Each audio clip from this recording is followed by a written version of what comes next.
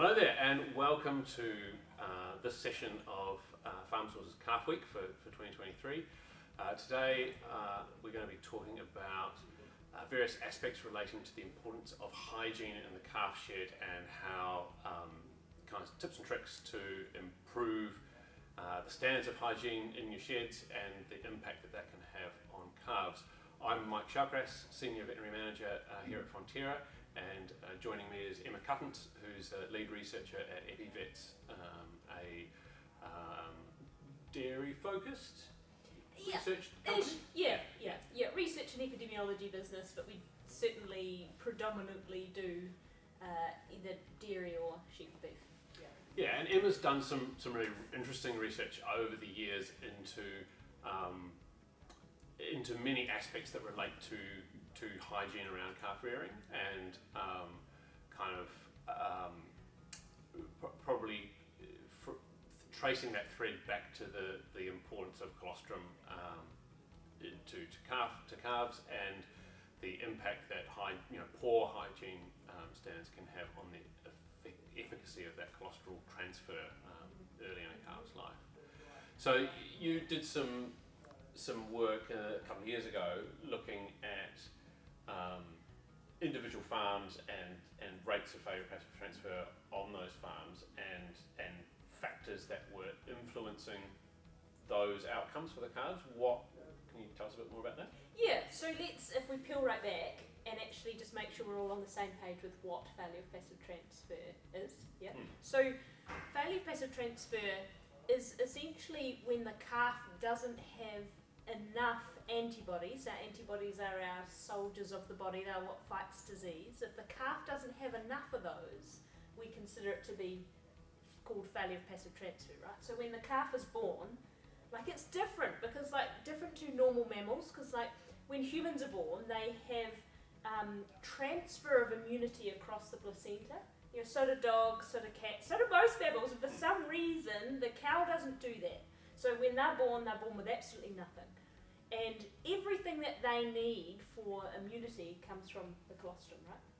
So they have to have a whole bunch of colostrum very quickly with a whole bunch of antibodies in it to be able to have any chance of having any immunity to diseases at all. And when they don't get enough of that, so they might not get enough for three main reasons, right? So let's say they're born and then they go under a fence, which we know, misadventure, whatever.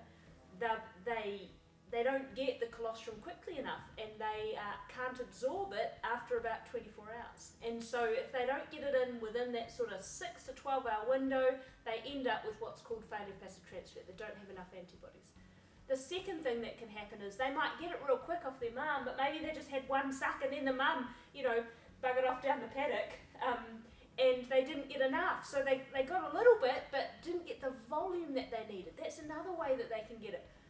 And then the final way, and I'd say this is the most common way in New Zealand, and this is what we want to focus on today, is let's say they got a whole bunch and they got it quite quickly, but if the quality of it is poor, and by quality I mean that it didn't have enough antibodies or it was very contaminated, which we'll come to in a minute, they can also get what's called failure of passive transfer, right? Now you can say, well, why does this matter? Well, it matters because if they have failure of passive transfer, they don't have enough antibodies to fight disease, so they're more likely to get sick and they're more likely to die. And so the New Zealand research that you're talking about that we did, we went out and said, well, how much of it is going on in New Zealand? Turns out quite a lot. So about a third of calves on New Zealand farms have failure of passive transfer. And it ranges anywhere from 5% to 84% on some of the farms. So our whole project was trying to understand what on earth is going on and how much is out there of this particular problem. Okay. So I think a reasonably common approach, or kind of the received wisdom, is that you should be trying to collect your calves, as often as possible. If you can do it 2 times a day, if you can do it 3 times a day, that's great. Get them to the shed and get colostrum into them, and that way you will ensure that you don't have failure of passive transfer. But it's more complicated than that, isn't it? Unfortunately, right? So a lot of that stuff has come from overseas, but they do have quite a lot more control over what's going on.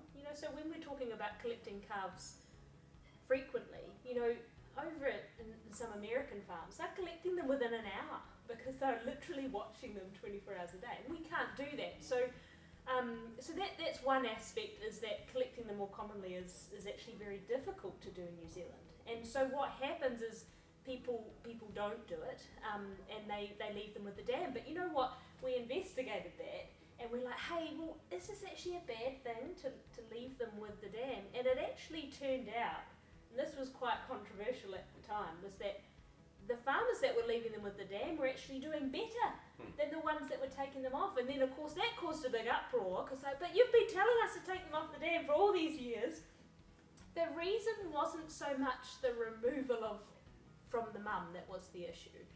The issue was that what people were feeding them in the shed was so crap that they were way better off just being on their mum, right? So that's the thing. I think if people are going to take them off the dam, and I'm to be honest, I really sit on the fence, because we could go on forever about this, but it all depends on how well they're feeding from the dam. So if they feed really well, great, leave them with them.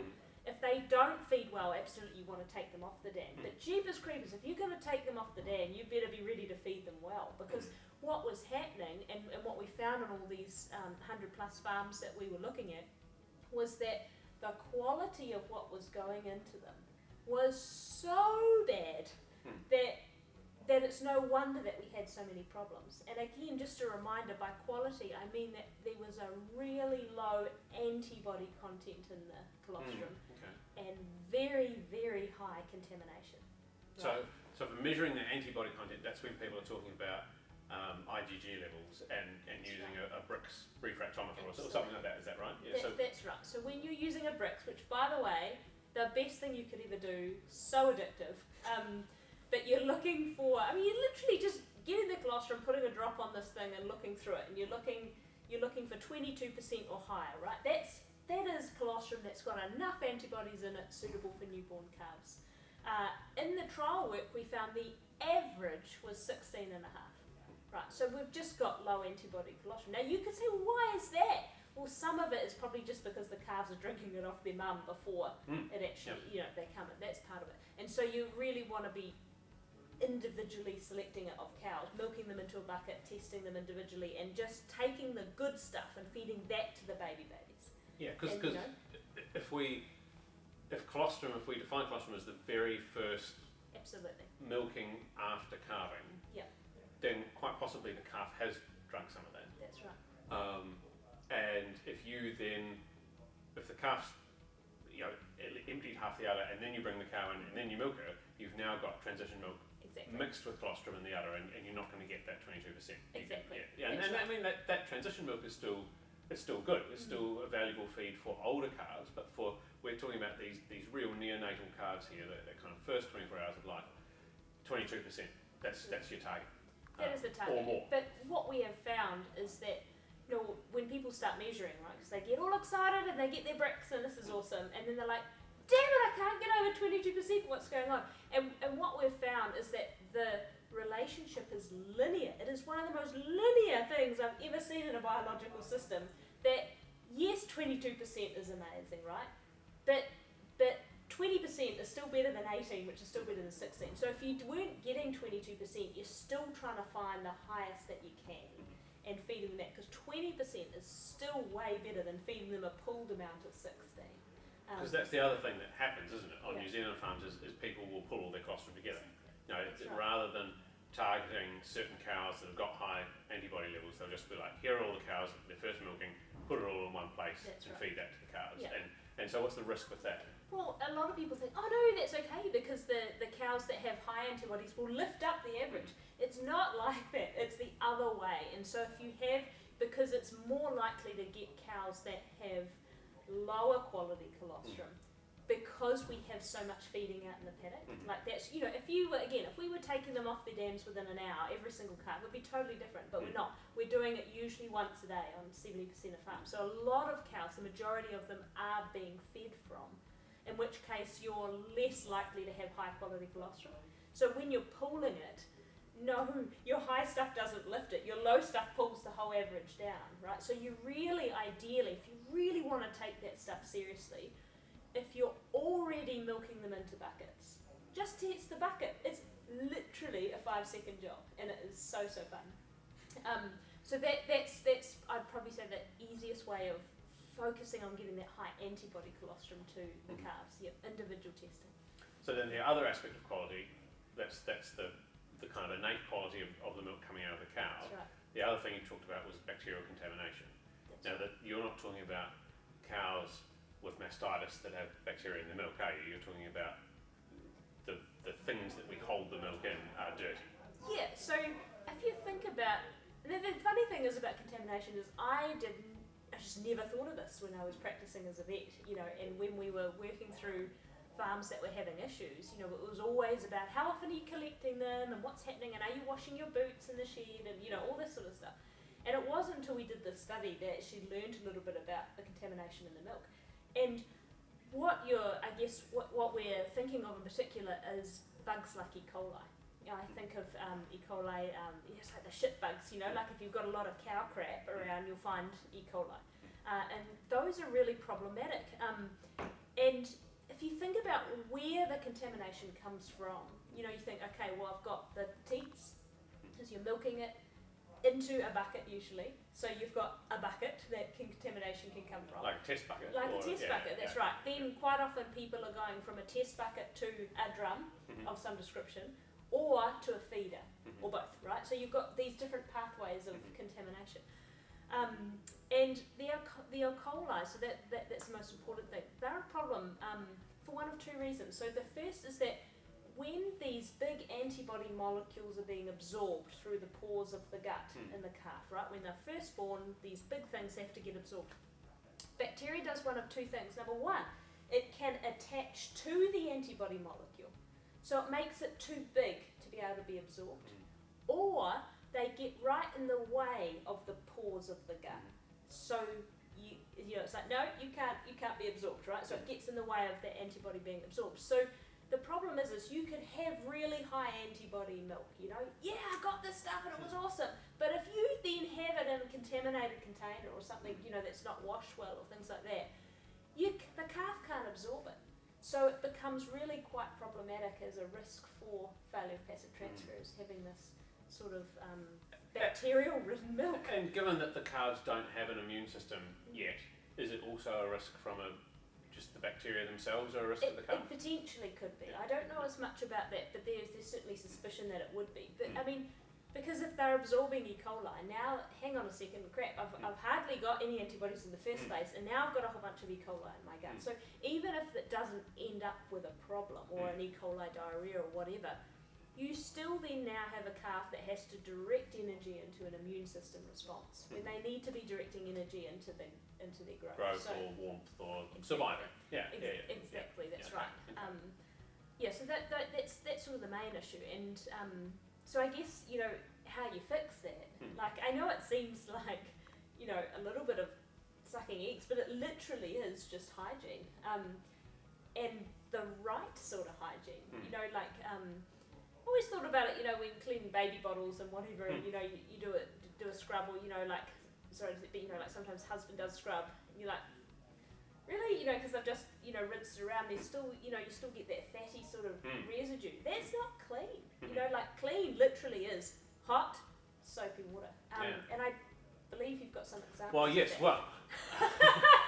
Well, when I found out that we were doing this recording, I went out and did a little field trial.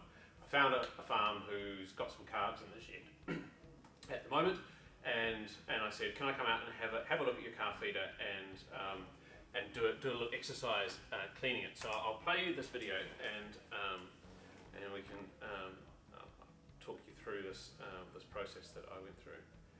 So I took a calf feeder. I was on farm at about 10 o'clock and they just finished feeding out, so this was a freshly used calf feeder. I took a swab just from the side of the feeder, and there was quite a lot of kind of milk contamination there. Then I gave the feeder a scrub with cold water. So this is freshly cleaned with cold water. It's looking way cleaner but there's still that fatty residue that you were talking about. And so here we are swabbing that, bit of that fatty residue.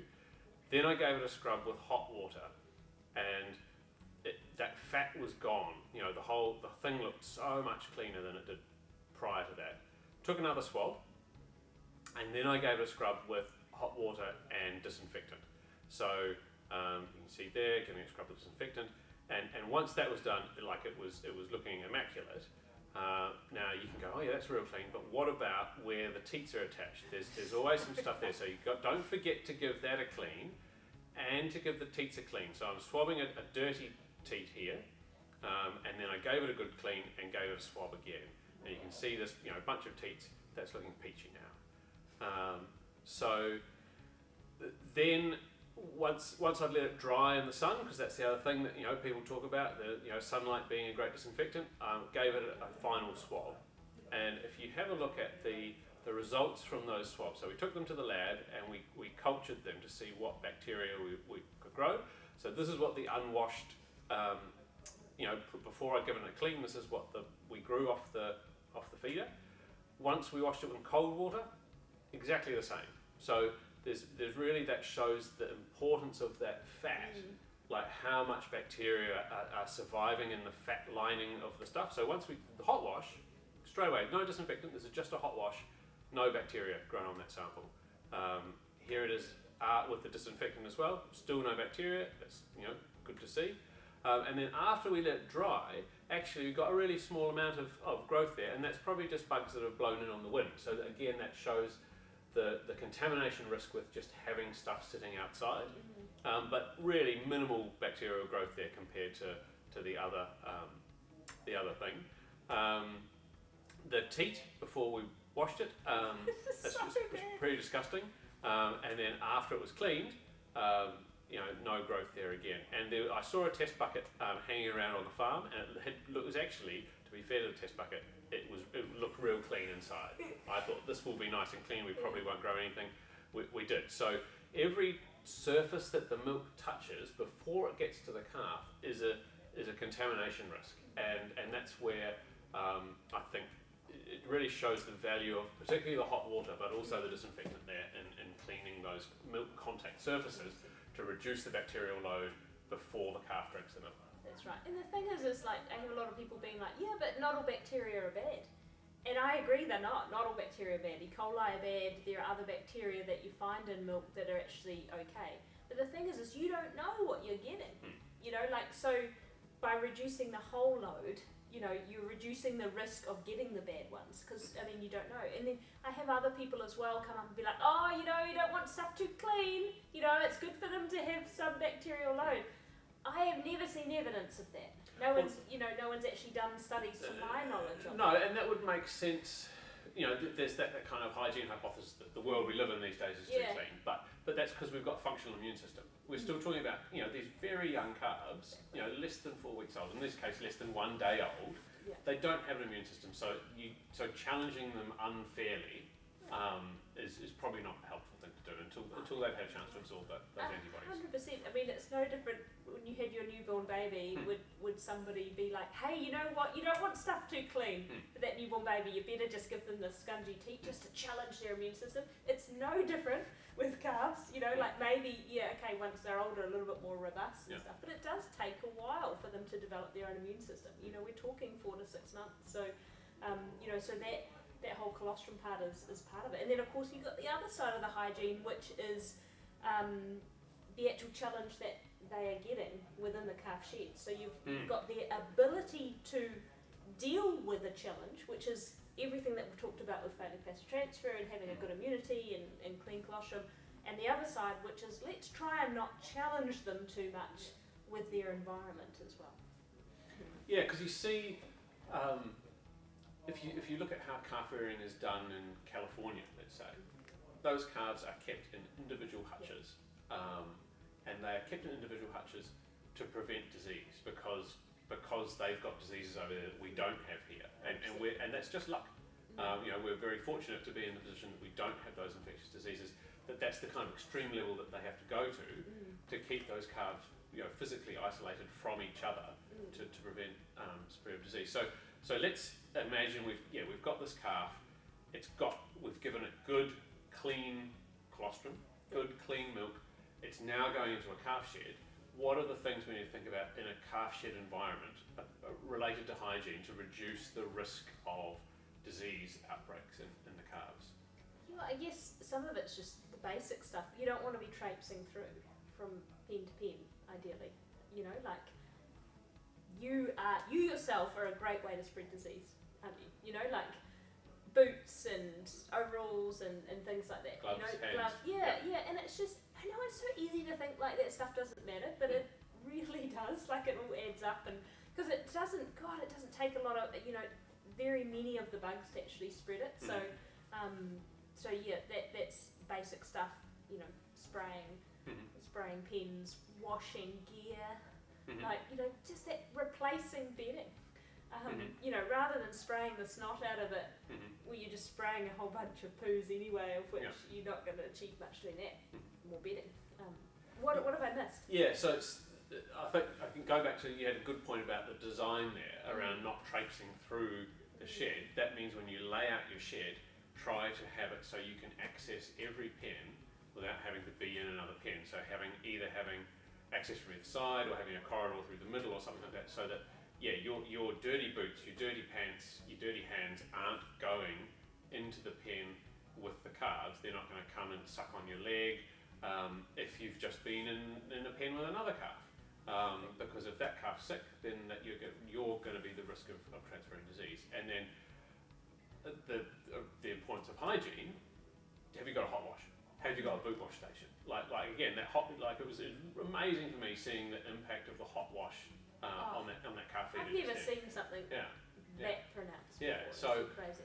So not just going, oh yeah, I've got to spray disinfectant on my dirty boots before I go in the calf shed. It's cleaning the boots, then the disinfectant comes afterwards. That's right. I mean, the amount of times that you've gone on Farm Right and you see like a thing to walk through, that's just a slightly yellow tinged or pile of crap. Like it's quite obviously been, you know, no one's changed the water in the boot wash station this is a for daily weeks. thing, right? This is a daily thing. You scrub it, go in it, change it the next day. Like, I mean, you know, very basic biosecurity type stuff. Yeah. What about talking about spraying there? I think spraying the bedding is usually such a kind of wet and dirty and porous, you know, rough material that disinfecting the bedding is not going to have any much of an impact. But spraying hard surfaces, if you've got, you know, walls, railings, stuff like that, then you can use a spray there. But yeah, topping up the bedding is probably it's probably your least worst option over that calving period. You know, once you've got the calves out of the shed, that's when you can pull the dirty bedding out. That's when you can get, you know, the sunlight into the base of the shed. What about use of a hospital pen? How would you go about managing a sick calf from one pen? I always found that really hard to advise on as a vet, to be honest, like, because it totally depends on the type of disease that you've got. You know, like, because if you have something like rotavirus that's already spread through an entire pen, super contagious.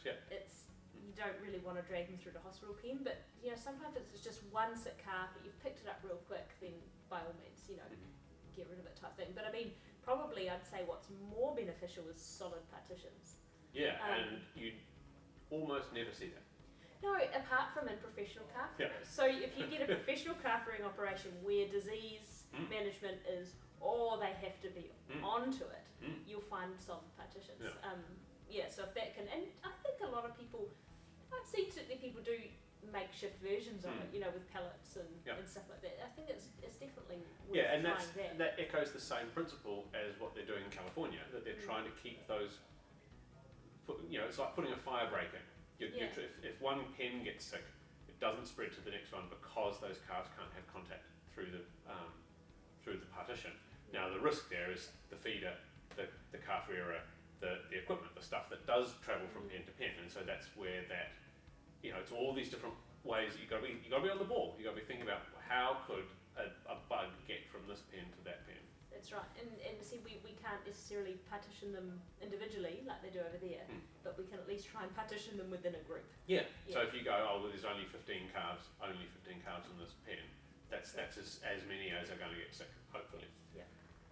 The only other final thing I think is it's just warmth, eh? You know, like the amount of energy that they have to expend into warming themselves up is huge. I'm very certain it makes a difference in terms of their resilience to bugs. Because a lot of people say, well, should I warm the milk? You know, what difference does that make? It's one of the most common questions I get asked, certainly from a colostrum point of view.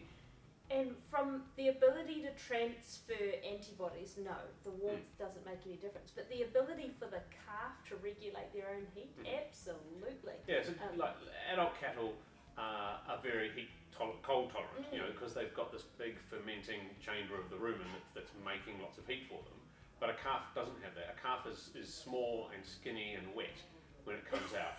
and all of those things are acting against it, and it's often winter time. You know, we're in New Zealand, the majority of cows calve over kind of winter spring. So the energy that calf doesn't have to spend warming the milk up is energy that it can spend on other metabolic processes that it needs to survive.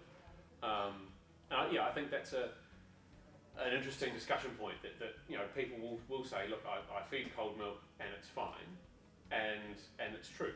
You know, you can successfully rear calves with cold milk, but there's an energy cost for those calves, and that's energy that they won't be spending growing. But also, I think there's a consistency thing here that whatever system you're going to use, try and keep it as consistent as possible, because from a calf intestinal development perspective and digestive perspective, that's really significant. You know, feeding them at the same time of day, similar volume, similar temperature, all these things are important, because what you don't want to do is change something too quickly, give them a scour, and that just sets off, you know, a cascade of disease, you know, susceptibility to disease after that. That's right. Yeah. So I'd be thinking, like, for people that are watching, you know, what do you do now? Like, what do I do with my system? What if it's not good? You know, people ask me this a lot, and I say, before you change anything, just check what your system is doing. You know, like people get very worried about failure passage transfer. Have I got an issue because I leave them on the dam? Oh my God, am I having? Not necessarily. You know, so it's very, very easy to check whether you've got problems in the shed. You know, so you can get the vets out to do some blood sampling. If you do it early on, you get a good indication of what's going on. But if you find that you're okay early on, so let's say you just start calving, you're 20% calved, you test them, we can test them in the blood, the vets can explain what that means, if they've got failure passage transfer or not. And then you might be like, I'm awesome, this is great. Well, I just recheck it when things are busy. Because what we've found, and there's a couple of studies that have found it now, that when you're in the peak of calving, that's when you're going to really get your issues with failure passage transfer. So don't think you're safe until you've tested at your peak. But easy to do, you know, God, it's not, I think, relatively not that expensive, you know, in terms of what you're trying to achieve. Just test to see what your system's doing, and then from there, you can create a plan, you know, with your farm staff, with your vet, to come up with what are you going to do. You know, am I getting enough into them? Am I getting it quickly enough? What's my quality doing?